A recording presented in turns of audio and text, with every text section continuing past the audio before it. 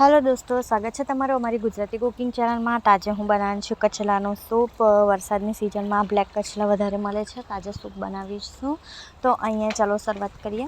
तो अहींया कचलाने सारी रीतना समारी लीधा छे अने छूंदी काढ्या छे। अरापरा छूंदी काढवाना छे तो एनो जे अंदरनो मावो आवे छे तेनो सूप वधारे टेस्ट करे छे, एटला माटे अरापरा छूंदी काढवाना छे।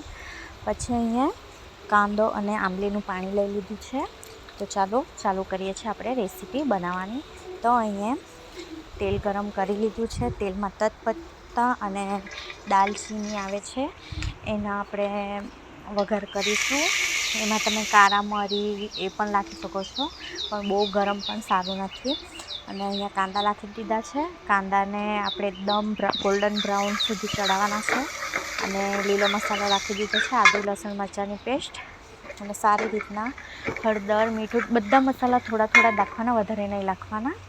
नाखी सारी रीतना चाळवी एमां आपणे कचला समारेला हता एने मिक्स करीने सारी रीतना थोड़ीक वार कचलामां जे मसालो छे पचाववानो छे अने सारी रीतना चीड़ववानुं छे 5-1 मिनिट सुधी।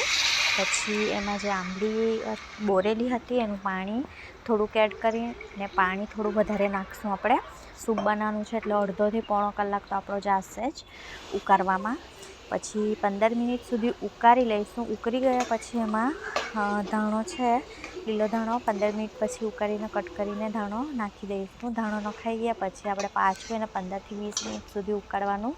त्यां सुधी ढांकण खोलवानुं नहीं, एम ज उकळवा देवानुं छे धीमा तापे। उकरी गया पछी रेडी छे आपणुं कचलानुं सूप।